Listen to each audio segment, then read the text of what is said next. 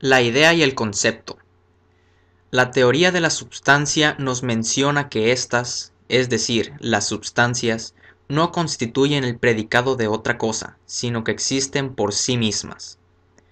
Toda substancia se compone de 4 elementos: el individuo, la materia, el género y la forma. El individuo es la primera substancia, tomado como independiente.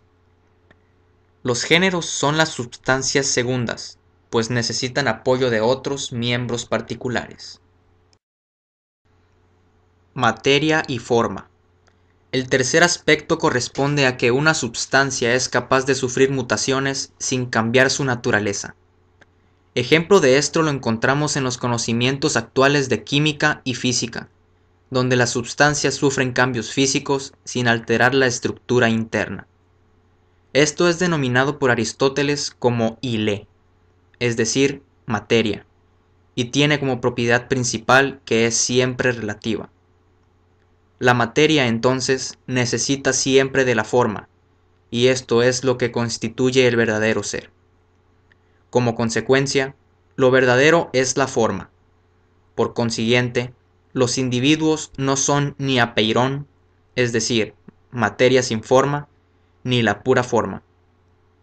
Las substancias particulares son combinaciones del apeirón y la materia, llamado ilemorfismo. Principio formal y principio causal.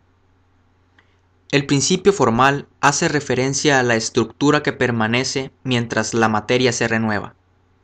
En cambio, el principio causal explica las alteraciones que se presentan. Para Aristóteles, las sustancias primeras eran los dioses. Se explica también que no hay materia sin forma, pero sí forma sin materia. El pensamiento es tomado como la sustancia más noble, conocida como nous. Encontramos también otro término, el physis, que se refiere al innato impulso hacia el movimiento.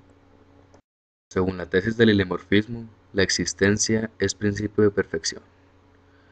Al comienzo de la escala cósmica se encuentra lo inanimado, que no mueve y es movido mecánicamente. Siguen los seres vivos, movidos por impulso interno y externo y que mueven a otros.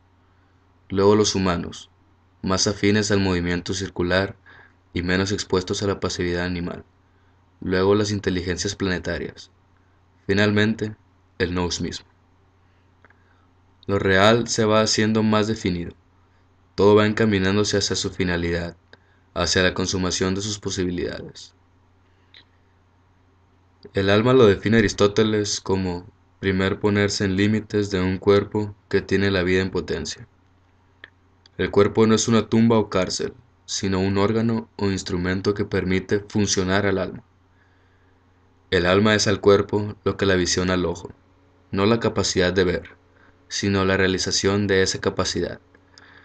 La actividad teleológica de la naturaleza arranca de una resistencia de la materia ante el principio de la forma. Ejemplo, la casualidad, el desorden. Por eso, la finalidad se cumple de manera lenta y gradual. Así distinguimos el alma vegetativa, reducida a puro subsistir, nutrición y reproducción. El alma sensible, definida en sí misma como movimiento. El alma pensante. La capacidad de sentir se transforma en capacidad de juzgar sobre el sentido. El entendimiento humano es un proceso de percepción, de cómo cada persona es capaz de entender los fenómenos, cómo relaciona lo que ve con lo que piensa. Primero se da el sentir, es decir, se hacen presentes nuestros sentidos. Estos son los instrumentos principales para percibir el fenómeno. Después viene lo sentido, que no se refiere al objeto o fenómeno, sino las características que definen a ese fenómeno. Y después viene el objeto determinado, que es ya definir el fenómeno que se ha analizado o percibido. La sensibilidad trae consigo a la imaginación, las memorias o imágenes fotográficas que tenemos o hacemos de lo que percibimos con los sentidos. Modelo ético como parte de la realidad moral. Ahora diferenciemos los términos de placer y la felicidad. El placer depende de la actividad de la que surge y solo dura un periodo determinado de tiempo, mientras que la felicidad es un principio autónomo y puede durar toda la vida.